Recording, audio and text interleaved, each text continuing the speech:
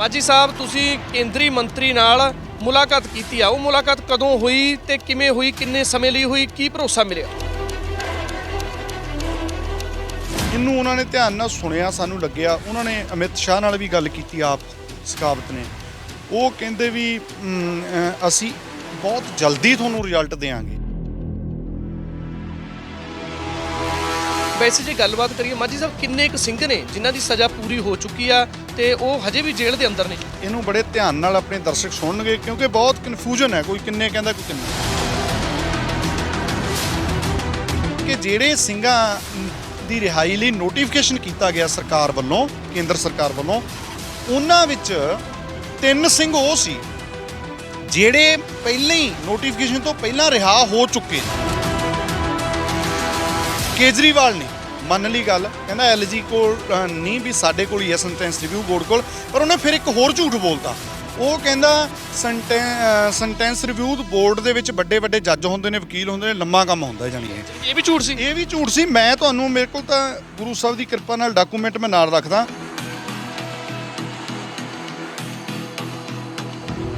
ਕੇਜਰੀਵਾਲ ਦੀ ਸਰਕਾਰ ਜਿਹੜੀ ਉਹ 4 ਵਾਰ ਪ੍ਰੋਫੈਸਰ ਭੁੱਲਰ ਸਾਹਿਬ ਦੀ ਰਿਹਾਈ ਨੂੰ ਰੱਦ ਕਰ ਚੁੱਕੀ ਹੈ। ਮੈਂ ਡੇਟਾ ਵੀ ਦਿੰਦਾ, ਮੇਰੇ ਕੋਲ ਆ ਸਾਰੇ ਡਾਕੂਮੈਂਟ ਵੀ ਨੇ। ਜਿਸ ਬੰਦੇ ਨੂੰ ਉਮਰ ਕੈਦ ਹੋਈ ਹੈ ਉਹਨੇ ਕੱਟੇ ਨੇ 2 ਸਾਲ 4 ਮਹੀਨੇ 6 ਦਿਨ। ਬਰਗਾੜੀ ਮੋਰਚਾ ਲੱਗਿਆ, ਵਰਲਡ ਵਾਈਡ ਚੱਲਿਆ, ਉਹਦੀ ਵੀ ਦੂਜੀ ਮੰਗ ਇਹ ਸੀ ਕਿ ਬੰਦੀ ਸਿੰਘਾਂ ਨੂੰ ਰਿਹਾ ਕੀਤਾ ਜਾਵੇ। ਤਾਂ ਇਸ ਮਸਲੇ ਦੇ ਉੱਤੇ ਕੰਮ ਨਹੀਂ ਕੀਤਾ ਜਾ ਰਿਹਾ। ਦੂਜੇ ਪਾਸੇ ਸੌਦਾ ਸਾਧ ਨੂੰ ਤੁਸੀਂ ਮੈਨੂੰ ਦੱਸੋ, ਕਦੇ ਸੌਦਾ ਸਾਧ ਦੇ ਚੇਲਿਆਂ ਨੇ ਕੋਈ ਪ੍ਰਦਰਸ਼ਨ ਕੀਤਾ ਕਿ ਇਹਨੂੰ ਛੱਡਿਆ ਜਾਵੇ? ਇਹ ਪੈਰੋਲ ਨਹੀਂ ਮਿਲੀ, ਇਹਨੂੰ ਫਰਲੋ ਮਿਲੀ ਹੈ। ਫਰਲੋ ਤੇ ਪੈਰੋਲ ਦੇ ਵਿੱਚ ਬੜਾ ਵੱਡਾ ਫਰਕ ਹੁੰਦਾ ਹੈ। ਪੈਰੋਲ ਜਿਹੜੀ ਹੈ, ਫਰਲੋ ਜਿਹੜੀ ਹੈ, ਇਹ 2-3 ਪੈਰੋਲਾਂ ਜਦੋਂ ਬੰਦਾ ਕੱਟ ਜਾਂਦਾ ਉਸ ਤੋਂ ਬਾਅਦ ਫਰਲੋ ਮਿਲਦੀ ਹੈ। ਜਿਹੜਾ ਵੋਟਾਂ ਦੇ ਟਾਈਮ ਬੰਬ ਧਮਾਕੇ ਕਰਾਏ ਜੀ ਨੇ 2017 'ਚ, ਉਸ ਬੰਦੇ ਨੂੰ 2022 ਦੀਆਂ ਵੋਟਾਂ ਦੇ ਵਿੱਚ ਉਹਨੂੰ ਤੁਸੀਂ ਫਰਲੋ ਦੇ ਰਹੇ ਹੋ। ਉਹ ਕੁਝ ਵੀ ਕਰਵਾ ਸਕਦਾ।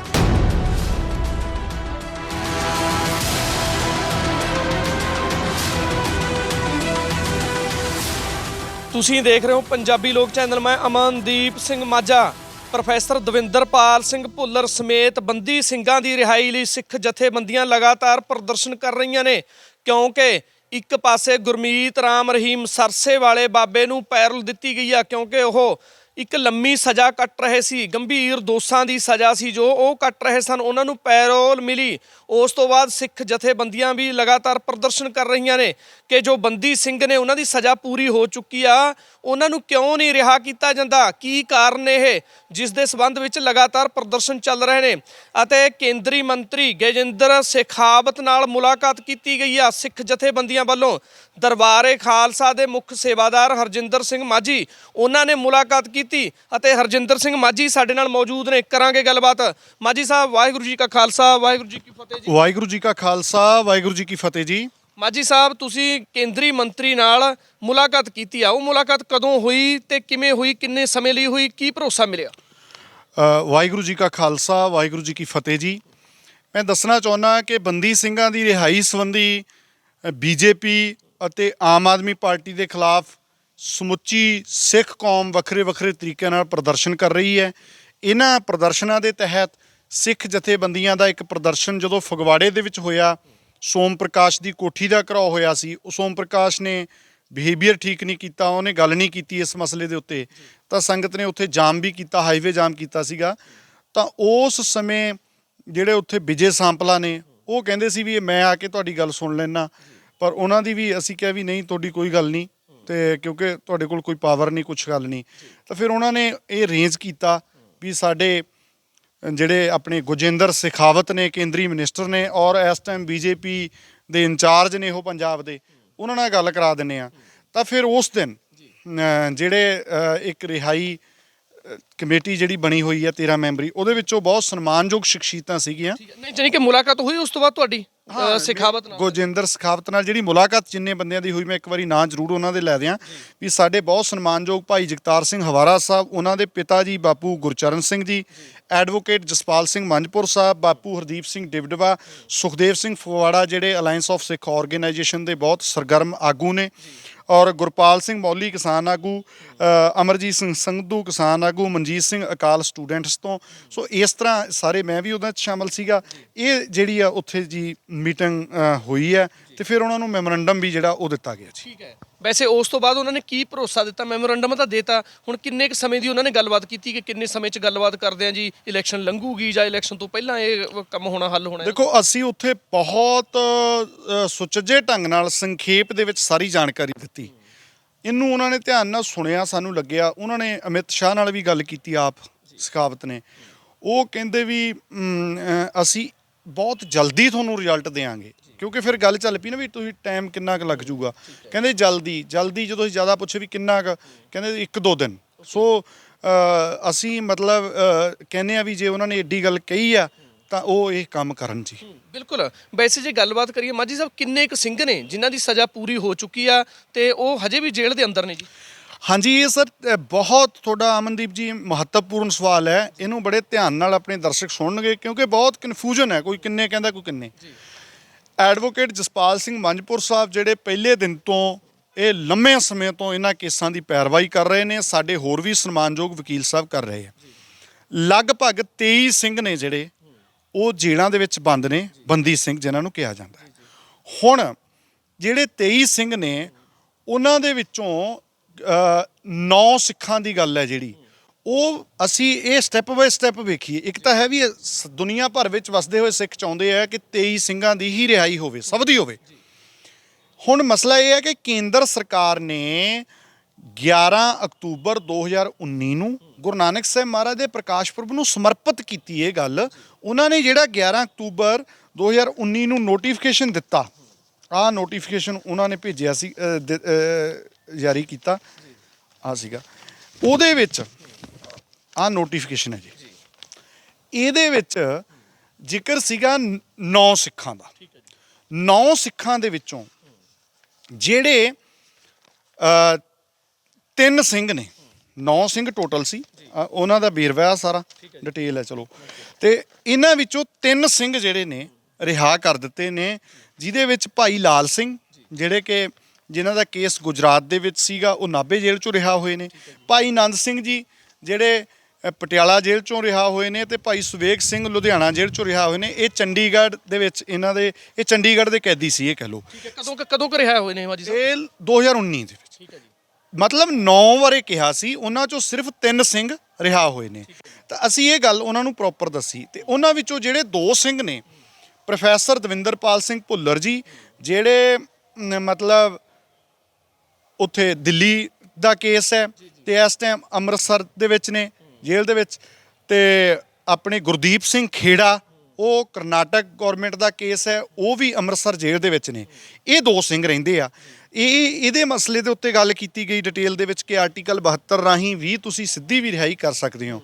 ਤਾਂ ਇਹਦੇ ਨਾਲ ਇੱਕ ਜਿਹੜੀ ਖਾਸ ਗੱਲ ਸੀਗੀ ਬੜੀ ਮਹੱਤਵਪੂਰਨ, ਕਿ ਜਿਹੜੇ ਸਿੰਘਾਂ ਦੀ ਰਿਹਾਈ ਲਈ ਨੋਟੀਫਿਕੇਸ਼ਨ ਕੀਤਾ ਗਿਆ ਸਰਕਾਰ ਵੱਲੋਂ, ਕੇਂਦਰ ਸਰਕਾਰ ਵੱਲੋਂ, ਉਹਨਾਂ ਵਿੱਚ 3 ਸਿੰਘ ਉਹ ਸੀ ਜਿਹੜੇ ਪਹਿਲਾਂ ਹੀ ਨੋਟੀਫਿਕੇਸ਼ਨ ਤੋਂ ਪਹਿਲਾਂ ਰਿਹਾ ਹੋ ਚੁੱਕੇ ਨੇ, ਜਿਹਦੇ ਵਿੱਚ ਭਾਈ ਬਲਬੀਰ ਸਿੰਘ, ਭਾਈ ਬਰਿਆਮ ਸਿੰਘ ਤੇ ਭਾਈ ਹਰਜਿੰਦਰ ਸਿੰਘ, ਇਹ 3 ਸਿੰਘ ਸੀਗੇ, ਇਹ ਰਿਹਾ ਹੋ ਚੁੱਕੇ ਨੇ। ਉਹਦੇ ਅਸੀਂ ਇਹ ਕਿਹਾ ਵੀ ਇਹ ਤਾਂ ਪਹਿਲਾਂ ਹੀ ਰਿਹਾ ਹੋ ਚੁੱਕੇ ਸੀ, ਤੁਸੀਂ ਜਿਹੜਾ 9 ਦਾ ਦਿੱਤਾ ਹੈ ਨਾ ਇਹ 'ਚ ਵੇਰਵਾ, ਇਹ ਤੇ 9 ਸਿੰਘਾਂ ਦੇ ਵਿੱਚ ਜਿਹੜੇ 3 ਸੀ ਉਹ ਤਾਂ ਪਹਿਲਾਂ ਹੀ ਰਿਹਾ ਹੋ ਗਏ। ਤਾਂ ਇਹਦੇ ਲਈ ਜਿਹੜੇ ਅਸੀਂ ਫਿਰ ਕਿਹਾ, ਭਾਈ ਲਖਵਿੰਦਰ ਸਿੰਘ, ਭਾਈ ਸ਼ਮਸ਼ੇਰ ਸਿੰਘ ਤੇ ਭਾਈ ਗੁਰਮੀਤ ਸਿੰਘ ਜਿਹੜੇ ਬੇਅੰਤ ਕਾਂਡ ਵਾਲੇ ਆ, ਜਿਹੜੇ 25 ਸਾਲ ਤੋਂ ਵੀ ਵੱਧ ਸਮਾਂ ਉਹਨਾਂ ਨੂੰ ਜੇਲ੍ਹਾਂ 'ਚ ਹੋ ਗਿਆ, ਵੀ ਇੱਕ ਤਾਂ ਇਹਨਾਂ ਨੂੰ ਰਿਹਾ ਪਹਿਲ ਦੇ ਆਧਾਰ ਤੇ ਕਰਨਾ ਚਾਹੀਦਾ ਤੁਹਾਨੂੰ। ਇਹਦੇ ਨਾਲ ਜਿਹੜਾ ਨੋਟੀਫਿਕੇਸ਼ਨ ਦੇ ਵਿੱਚ ਸੀਗਾ ਕਿ ਭਾਈ ਬਲਵੰਤ ਸਿੰਘ ਰਾਜੋਆਣਾ ਦੀ ਫਾਂਸੀ ਆ, ਉਹਨੂੰ ਉਮਰ ਕੈਦ ਦੇ ਵਿੱਚ ਬਦਲਿਆ ਜਾਊਗਾ। ਇੱਕ ਅਸੀਂ ਕਿਹਾ ਵੀ ਇਹ ਵੀ ਨਹੀਂ ਹੋਇਆ, ਉਸੇ ਤਰ੍ਹਾਂ ਨੋਟੀਫਿਕੇਸ਼ਨ ਹੋ ਗਿਆ, ਉਹਨੂੰ ਅਮਲੀ ਤੌਰ ਤੇ ਜਾਮਾ ਨਹੀਂ ਪਹਿਨਾਇਆ ਗਿਆ। ਇਹ ਜਿਹੜੀ ਡਿਮਾਂਡ ਸੀਗੀ, ਤਾਂ ਇਹਦੇ ਉੱਤੇ ਉਹਨਾਂ ਨੇ ਇਹ ਗੱਲ ਕੀਤੀ ਆ। ਤੇ ਮੈਨੂੰ ਲੱਗਦਾ ਗੁਰੂ ਸਾਹਿਬ ਪਾਤਸ਼ਾਹ ਬਖਸ਼ਿਸ਼ ਕਰਨਗੇ, ਜਿਵੇਂ ਦੁਨੀਆ ਭਰ ਵਿੱਚੋਂ ਸਿੱਖ ਸੰਗਤਾਂ ਅਰਦਾਸਾਂ ਕਰ ਰਹੀਆਂ ਨੇ, ਔਰ ਹਰ ਭਾਈਚਾਰੇ ਦੇ ਲੋਕ ਸਹਿਯੋਗ ਦੇ ਰਹੇ ਨੇ। ਇਹਦੇ ਤੇ ਸਾਨੂੰ ਕਾਮਯਾਬੀ ਮਿਲ ਸਕਦੀ ਹੈ ਇਸ ਮਾਹੌਲ ਦੇ ਵਿੱਚ। ਮਾਝੀ ਸਾਹਿਬ ਕੀ ਲੱਗਦਾ ਤੁਹਾਨੂੰ ਵੀ ਜਿਹੜੇ ਜਿਹੜੇ ਸਿੰਘ ਰਿਹਾ ਕਰਤੇ, ਇੱਕ ਸਿੰਘ ਨਹੀਂ ਰਿਹਾ ਕੀਤੇ, ਕਾਰਨ ਕੀ ਲੱਗਦੇ ਨੇ? ਉਹ ਸਿੰਘ ਕਿਉਂ ਨਹੀਂ ਰਿਹਾ ਕੀਤੇ? ਮਤਲਬ ਸਰਕਾਰ ਦੀ ਲਾ ਲਓ ਜਾਂ ਮਨਸਾ ਕੀ ਆ, ਅਸਲ ਕਹਾਣੀ ਕੀ ਆ ਇਹ? ਦੇਖੋ, ਇਹ ਕਹਾਣੀ ਤਾਂ ਸਰਕਾਰ ਹੀ ਜਾਣਦੀ ਹੈ, ਉਹਨਾਂ ਦੀ ਇੱਛਾ ਸ਼ਕਤੀ ਦੇ ਉੱਤੇ ਹੈ, ਪਰ ਕਾਨੂੰਨੀ ਤੌਰ ਤੇ ਕੋਈ ਅੜਚਣਾ ਨਹੀਂ, ਸਭ ਕੁਝ ਠੀਕ ਠਾਕ ਹੋ ਚੁੱਕਿਆ। ਇੱਕ ਜਿਹੜੀ ਮੈਂ ਅਮਨ ਜੀ ਇੰਪੋਰਟੈਂਟ ਗੱਲ ਕਰਨਾ ਚਾਹੁੰਦਾ, ਕਈ ਵੀਰ ਕਹਿੰਦੇ ਆ ਵੀ ਆਮ ਆਦਮੀ ਪਾਰਟੀ ਦੇ ਤੁਸੀਂ ਕਿਉਂ ਪ੍ਰਦਰਸ਼ਨ ਕਰਦੇ ਸੀਗੇ, ਵੀ ਆਮ ਆਦਮੀ ਦੇ ਤੁਸੀਂ ਕਿਉਂ ਖਿਲਾਫ ਬੋਲਦੇ ਹੋ ਭੁੱਲਰ ਸਾਹਿਬ ਦੀ ਰਿਹਾਈ ਨੂੰ ਲੈ ਕੇ। ਇਹ ਗੱਲ ਨੂੰ ਸਮਝਣ ਦੀ ਲੋੜ ਹੈ। ਇੱਕ ਤਾਂ ਇਹ ਰਿਹਾਈ ਜਿਹੜੀ ਆ ਦੋ ਤਰੀਕਿਆਂ ਨਾਲ ਹੁੰਦੀ ਹੈ। ਇੱਕ ਤਾਂ ਆਰਟੀਕਲ 72 ਦੇ ਤਹਿਤ ਸੈਂਟਰ ਸਰਕਾਰ ਸਿੱਧਾ ਰਿਹਾ ਕਰ ਦੇਵੇ। ਦੂਜਾ ਤਰੀਕਾ ਹੁੰਦਾ ਹੈ ਕਿ ਸਟੇਟਾਂ ਨੂੰ ਅਧਿਕਾਰ ਦੇ ਦਿੱਤੇ ਜਾਂਦੇ ਆ, ਉਹ 161 ਦੇ ਤਹਿਤ ਫਿਰ ਰਿਹਾ ਕਰਦੇ ਆ। ਤਾਂ ਇਹ ਜਿਹੜੇ ਸਟੇਟਾਂ ਨੂੰ ਅਧਿਕਾਰ ਦਿੱਤੇ ਸੀਗੇ, ਉਹ ਉਸ ਕਰਕੇ ਜਿਹੜੀ ਕਰਨਾਟਕ ਦੀ ਹੈਗੀ ਆ ਭਾਈ ਗੁਰਦੀਪ ਸਿੰਘ ਖੇੜਾ ਦੀ ਰਿਹਾਈ, ਉਹ ਕਰਨਾਟਕ ਸਰਕਾਰ ਤੇ ਡਿਪੈਂਡ ਕਰਦੀ ਹੈ, ਜਿਹੜੀ ਕਿ ਬੀਜੇਪੀ ਦੀ ਹੈ। ਅਸੀਂ ਉਹ ਵੀ ਸਖਾਵਤ ਸਾਹਿਬ ਨੂੰ ਉੱਥੇ ਹੀ ਕਿਹਾ, ਵਿਜੇ ਸਾਂਪਲਾ ਵੀ ਉੱਥੇ ਮੌਜੂਦ ਸੀਗੇ, ਵੀ ਉੱਥੇ ਤਾਂ ਸਰਕਾਰ ਵੀ ਤੁਹਾਡੀ ਹੈ, ਉਹਨਾਂ ਤੋਂ ਕਹਿ ਕੇ ਕਰਵਾਓ ਫਿਰ। ਤੇ ਦੂਜੀ ਗੱਲ, ਜਿਹੜੀ ਆਮ ਆਦਮੀ ਪਾਰਟੀ ਹੈ, ਇਹ ਦਿੱਲੀ ਦੇ ਵਿੱਚ ਹੈ, ਭੁੱਲਰ ਸਾਹਿਬ ਦਾ ਕੇਸ ਦਿੱਲੀ ਦੇ ਵਿੱਚ ਰਜਿਸਟਰਡ ਹੈ, ਤਾਂ ਉੱਥੇ ਜਿਹੜਾ ਸੈਂਟੈਂਸ ਰਿਵਿਊ ਬੋਰਡ ਹੈ, ਉੱਥੇ ਸੈਂਟੈਂਸ ਰਿਵਿਊ ਬੋਰਡ ਦਿੱਲੀ ਸਰਕਾਰ ਦਾ ਹੈ, ਜਿਹਦੇ ਵਿੱਚ ਪਹਿਲਾਂ ਤਾਂ ਇਹ ਆਮ ਆਦਮੀ ਪਾਰਟੀ ਦੇ ਮੰਨਦੇ ਨਹੀਂ ਸੀ। ਭਗਵੰਤ ਮਾਨ ਹੋਰੀ ਕਹਿੰਦੇ ਸੀ LG ਕੋਲ ਫਾਈਲ ਪਈ ਹੈ। ਜਦੋਂ ਵਾਰ-ਵਾਰ ਅਸੀਂ ਪਬਲਿਕ ਡੋਮੇਨ ਦੇ ਵਿੱਚ ਡਾਕੂਮੈਂਟ ਲੈ ਕੇ ਆਏ ਸਾਡੇ ਸਾਰੇ ਵੀਰ ਸੁਹਿਰਦ, ਤਾਂ ਉਸ ਤੋਂ ਬਾਅਦ ਕੀ ਹੋਇਆ? ਉਸ ਤੋਂ ਬਾਅਦ ਇਹ ਹੋਇਆ ਜੀ, ਆਪਣਾ ਜਿਹੜਾ ਸੀਗਾ, ਇਹਨਾਂ ਨੇ ਫਿਰ ਕੇਜਰੀਵਾਲ ਨੇ ਮੰਨ ਲਈ ਗੱਲ, ਕਹਿੰਦਾ LG ਕੋਲ ਨਹੀਂ, ਵੀ ਸਾਡੇ ਕੋਲ ਹੀ ਹੈ ਸੈਂਟੈਂਸ ਰਿਵਿਊ ਬੋਰਡ ਕੋਲ। ਪਰ ਉਹਨੇ ਫਿਰ ਇੱਕ ਹੋਰ ਝੂਠ ਬੋਲਤਾ।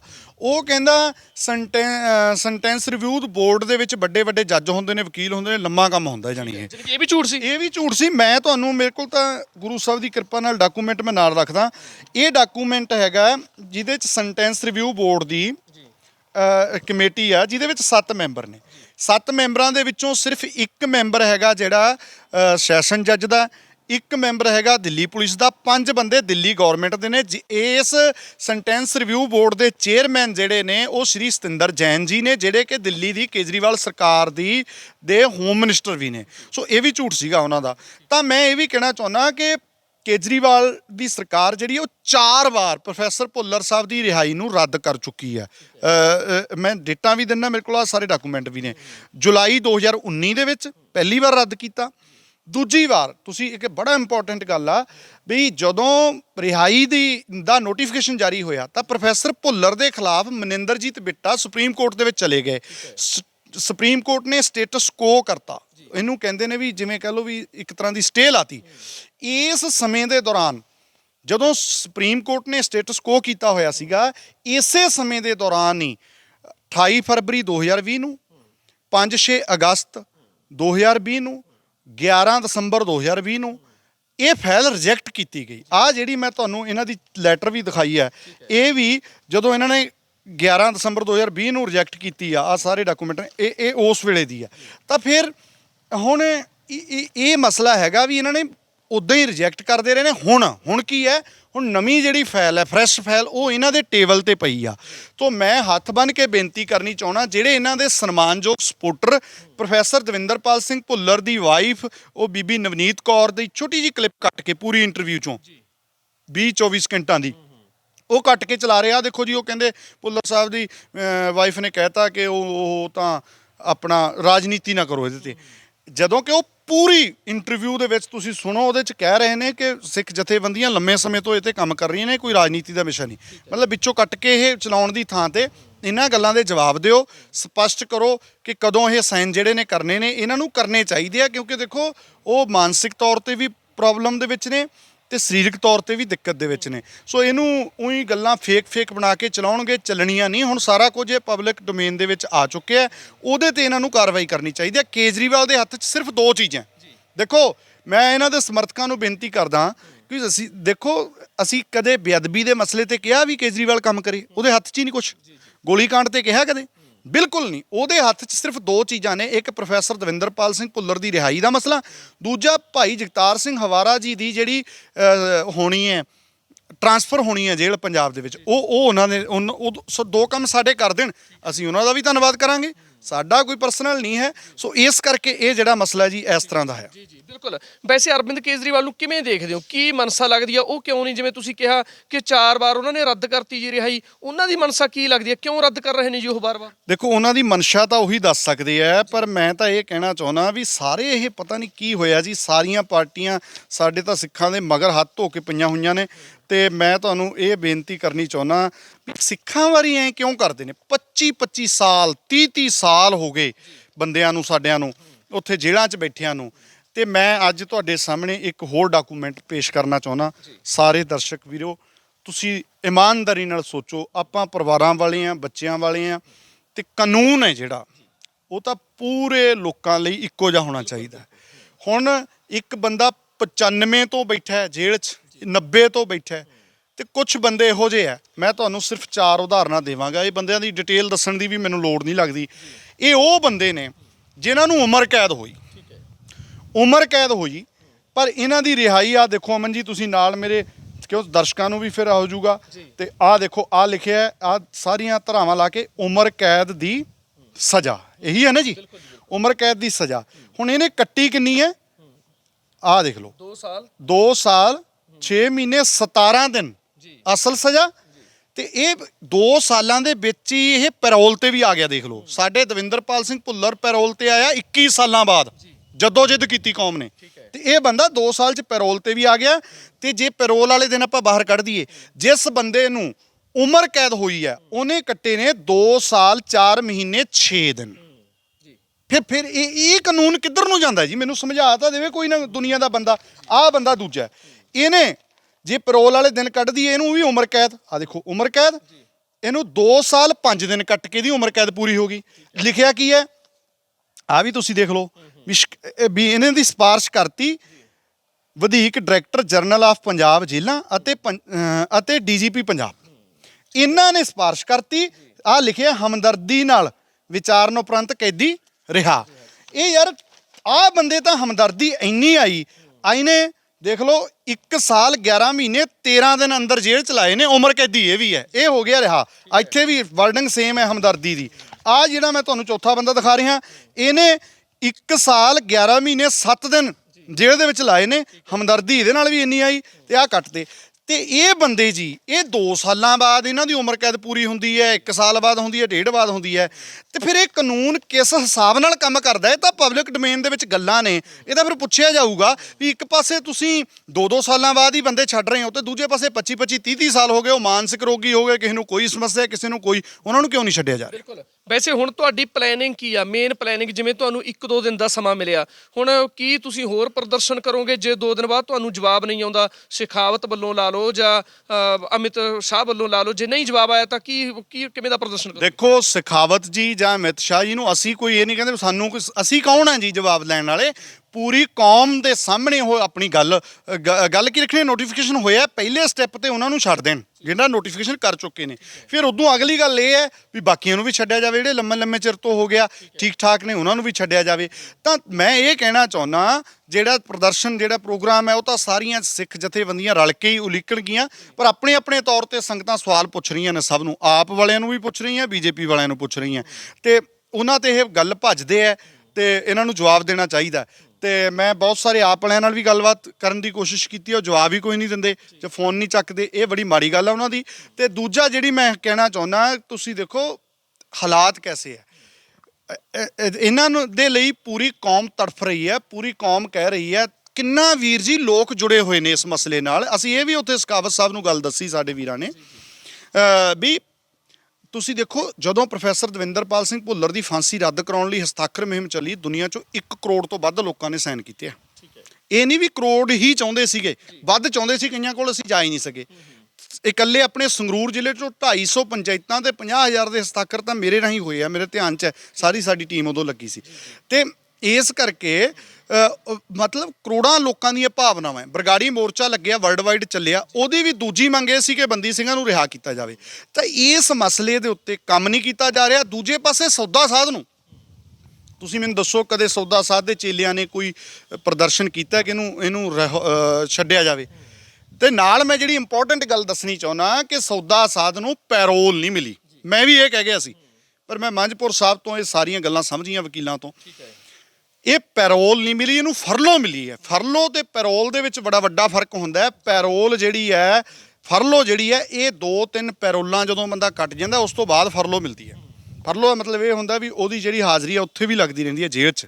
ਇਹਨੂੰ ਸਿੱਧੀ ਫਰਲੋ ਮਿਲੀ ਹੈ। ਤੇ ਇਹ ਬੰਦਾ ਤਾਂ ਉਹ ਹੈ ਜੀ, ਜੇ ਮੈਨੂੰ ਨਿੱਜੀ ਤੌਰ ਤੇ ਪੁੱਛੋ ਵੀ ਜੇ ਮੰਨ ਲਓ ਇਹ ਬਾਹਰ ਵੀ ਹੁੰਦਾ ਤਾਂ ਵੀ ਇਹਨੂੰ ਵੋਟਾਂ ਵਾਲੇ ਦਿਨਾਂ 'ਚ ਤਾਂ ਅੰਦਰ ਰੱਖਣਾ ਚਾਹੀਦਾ, ਕਿਉਂਕਿ ਇਹ ਬੰਦਾ ਬੜਾ ਵੱਡਾ ਕਾਤਲ ਹੈ, ਬਲਾਤਕਾਰੀ ਵੀ ਹੈ, ਬੰਦੇ ਵੀ ਨਪੁੰਸਕ ਕੀਤੇ, ਬਹੁਤ ਇਹਨੇ ਕੀਤਾ। ਇਹ ਗੱਲਾਂ ਜਿੰਨੀਆਂ ਮੈਂ ਬੋਲਿਆ ਤਾਂ ਸਾਬਤ ਹੋ ਗਈਆਂ, ਇਸੇ ਕਰਕੇ ਜੇਲ੍ਹ 'ਚ ਹੈ। ਤੇ ਗੁਰੂ ਗ੍ਰੰਥ ਸਾਹਿਬ ਦੀ ਬੇਅਦਬੀ ਦਾ ਵੀ ਮਾਸਟਰਮਾਈਂਡ ਹੈ।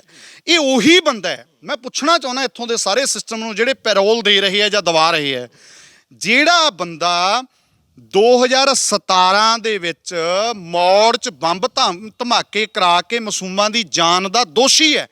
ਇਹ ਮੈਂ ਨਹੀਂ ਕਹਿੰਦਾ, SIT ਦੱਸ ਰਹੀ ਸੀ। ਤਾਰਾਂ ਸਰਸੇ ਡੇਰੇ ਨਾਲ ਜੁੜ ਰਹੀਆਂ ਸੀ। ਜਿਹੜੀ ਉਹ ਕਾਰ ਹੈ ਉਹ ਸਰਸੇ ਡੇਰੇ 'ਚੋਂ ਤਿਆਰ ਹੋ ਕੇ ਆਈ ਸੀਗੀ। ਮਾਸੂਮਾਂ ਦੀਆਂ ਜਾਨਾਂ ਗਈਆਂ। ਜਿਹੜਾ ਵੋਟਾਂ ਦੇ ਟਾਈਮ ਬੰਬ ਧਮਾਕੇ ਕਰਾਏ ਜਿਹਨੇ 2017 'ਚ, ਉਸ ਬੰਦੇ ਨੂੰ 2022 ਦੀਆਂ ਵੋਟਾਂ ਦੇ ਵਿੱਚ ਉਹਨੂੰ ਤੁਸੀਂ ਫਰਲੋ ਦੇ ਰਹੇ ਹੋ। ਉਹ ਕੁਝ ਵੀ ਕਰਵਾ ਸਕਦਾ। ਇਹ ਇਹੋ ਜਿਹੇ ਖਤਰਨਾਕ ਅੱਤਵਾਦੀ ਨੂੰ ਛੱਡਣਾ ਇਹ ਬੜੀ ਮਾੜੀ ਗੱਲ ਹੈ ਇਹਨਾਂ ਦੀ। ਤੇ ਦੂਜੇ ਪਾਸੇ ਸਾਡੇ ਦਰਵੇਸ਼ ਬੰਦੇ ਆ, ਗੁਰਬਾਣੀ ਪੜ੍ਹਨ ਵਾਲੇ ਆ, ਉਹਨਾਂ ਨੇ ਕੋਈ ਗਲਤ ਕੰਮ ਕੀਤਾ ਹੀ ਨਹੀਂ। ਉਹਦਾ ਭਾਵਨਾਵਾਂ 'ਚ ਬਹਿਣ 'ਚ ਬਹਿ ਕੇ ਉਸ ਵਕਤ ਉਹਨਾਂ ਨੂੰ ਲੱਗਿਆ ਜਦੋਂ ਉੱਥੇ ਅਤਿਆਚਾਰ ਹੋ ਰਿਹਾ ਸੀ, ਉਹ ਅਤਿਆਚਾਰ ਨੂੰ ਰੋਕਣ ਲਈ ਉਹਨਾਂ ਨੇ ਕੋਈ ਕਦਮ ਚੁੱਕ ਲਿਆ। ਫਿਰ 25-30 ਸਾਲ ਹੋ ਗਏ। ਚਲੋ ਕਾਨੂੰਨ ਮੁਤਾਬਕ ਜੇ ਜੁਰਮ ਸੀਗਾ। ਬਿਲਕੁਲ। ਵੈਸੇ ਮਾਝੀ ਸਾਹਿਬ ਮੈਂ ਤੁਹਾਡੀ ਗੱਲ ਕੱਢਦਾ, ਤੇ ਕੀ ਲੱਗਦਾ ਤੁਹਾਨੂੰ ਹੁਣ, ਜਾਨੀ ਕਿ ਜਿਵੇਂ ਦਾ ਤੁਸੀਂ ਮੈਮੋਰੰਡਮ ਦੀ ਵੀ ਦੇਤਾ, ਸਿਖਾਵਤ ਨਾਲ ਗੱਲਬਾਤ ਹੋਈ ਆ ਜੀ ਤੁਹਾਡੀ, ਤੇ ਹੁਣ ਕੀ ਚਾਹੁੰਦੇ ਹੋ ਕਿੰਨੇ ਸਮੇਂ 'ਚ ਬੰਦੀ ਸਿੰਘਾਂ ਦੀ ਰਿਹਾਈ ਹੋ ਜੇ? ਮਤਲਬ ਕੀ ਮੰਗ ਆ ਤੁਹਾਡੀ ਮੇਨ ਹੁਣ? ਦੇਖੋ, ਇਹ ਮੇਰੀ ਇਕੱਲੇ ਦੀ ਨਹੀਂ, ਪੂਰੀ ਗੁਰੂ ਨਾਨਕ ਨਾਮ ਲੇਵਾ ਸਿੱਖ ਸੰਗਤ ਇਹ ਚਾਹੁੰਦੀ ਹੈ ਕਿ ਬੰਦੀ ਸਿੰਘਾਂ ਨੂੰ ਤੁਰੰਤ ਰਿਹਾ ਕੀਤਾ ਜਾਵੇ। ਕਈ ਤਾਂ ਉਹ ਹੈ ਨੋਟੀਫਿਕੇਸ਼ਨ ਹੋਇਆ ਪਿਆ, ਉਹ ਤਾਂ ਹੁਣੇ ਹੀ ਛੱਡ ਦਿਓ, ਤੇ ਬਾਕੀ ਦੀ ਕਾਰਵਾਈ ਫਟਾਫਟ ਕਰਕੇ ਰਿਹਾ ਕਰੋ।